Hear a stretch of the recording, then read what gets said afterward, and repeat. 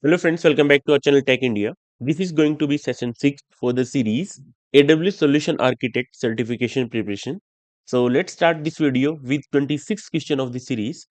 A company needs to review its AWS cloud deployment to ensure that its Amazon S3 bucket do not have unauthorized configuration changes. What should a solution architect do to accomplish this goal? Here are the options. So the requirement is to identify unauthorized configuration changes. And these are the options. So take your time to guess the correct one.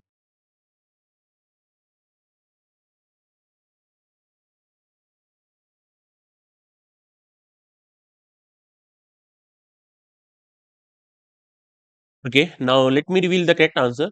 Correct answer here will be option A, turn on AWS config with appropriate rules.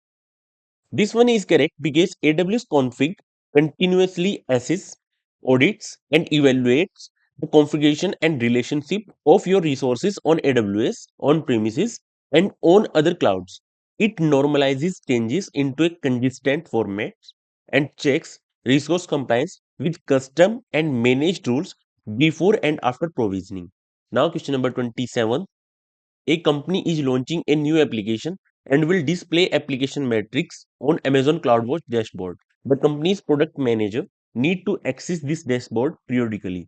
The product manager does not have an AWS account. A solution architect must provide access to the product manager by following principle of least privilege. Which solution will meet this requirement? Here are the options. So here you need to share the dashboard to a person who does not have AWS account itself. And these are options. So take your time and guess the correct one.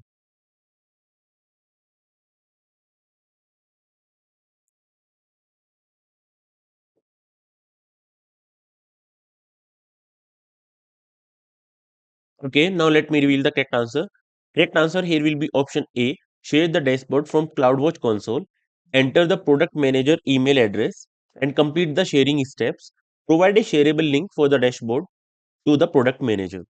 This one is correct because the requirement is to give periodic access to the Amazon CloudWatch dashboard. Product manager does not have an AWS account as specified in the question itself.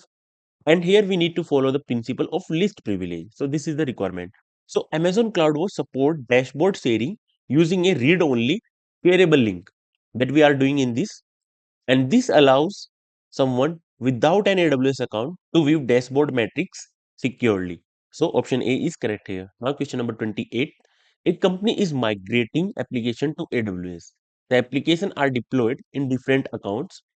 The company manages the account centrally by using AWS Organization. The company security team needs a single sign-on, that is SSO solution across all the company's account. The company must continue managing the users and groups in its on-premises self-managed Microsoft Active Directory. Which solution will meet this requirement? Here are the options. The requirement is of SSO solution across all the company's account, and the company want to manage users and groups in its own premises self-managed Microsoft AD. So these are the options. Try to guess the correct one.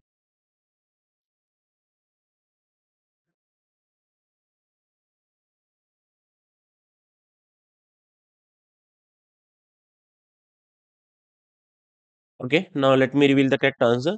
The answer here will be option B, enable single sign-on, that is AWS SSO from the AWS SSO console. Create a two-way for trust to connect company's self-managed Microsoft Active Directory with AWS SSO by using AWS Directory Service for Microsoft Active Directory. This one is correct because AWS SSO, which was earlier known as Identity Center, requires two-way trust. This two-way trust, which is one-way trust. So this might be the confusion for most of you that option A is correct. This would have been correct if there would have been two-way trust. That is the requirement in AWS SSO. So option B is correct here.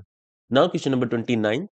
A company provides a voice over internet protocol, that is VoIP service, that uses UDP connections.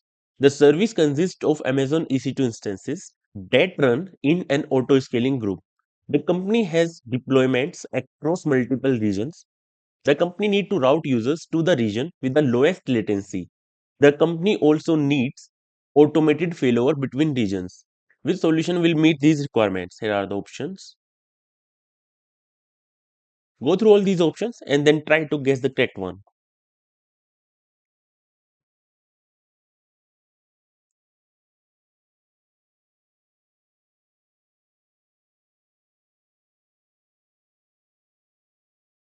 Okay, now let me reveal the correct answer. Correct answer here will be option A. Deploy a network load balancer and an associated target group. Associate the target group with an auto scaling group. Use the network load balancer as an AWS Global Accelerator endpoint in each region. This one is correct because CloudFront uses edge location to cache content, but Global Accelerator uses edge location to find an optimal pathway to the nearest regional endpoint. CloudFront is designed to handle HTTP protocol, but Global Accelerator is best used for HTTP and non-HTTP protocols such as TCP and UDP. So option A is correct here. And I am comparing with CloudFront because the requirement is to minimize the latency over the regions, and due to that you may be confused with CloudFront. But here the answer will be AWS Global Accelerator endpoint. So option A is correct here. Now question number 30. A development team runs monthly resource intensive tests on its general purpose Amazon RDS for MySQL DB instance with performance insights enabled. The testing lasts for 48 hours once a month and is the only process that uses the database. The team want to reduce the cost of running the test without reducing the compute and memory attributes of the DB instance. Which solution meet these requirements most cost effectively? Here are the options.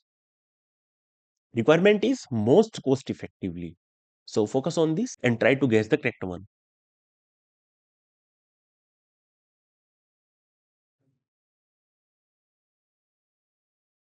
Okay, now let me reveal the correct answer. Correct answer here will be option C. Create a snapshot when tests are completed, terminate the DB instances, and restore the snapshot when required.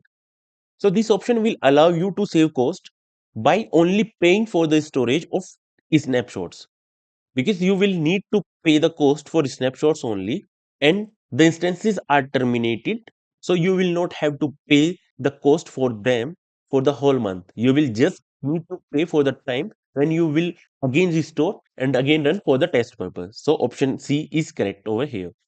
So friends, this was all in this video. Thank you for watching this video. Have a great learning and please do subscribe this channel, Tech India.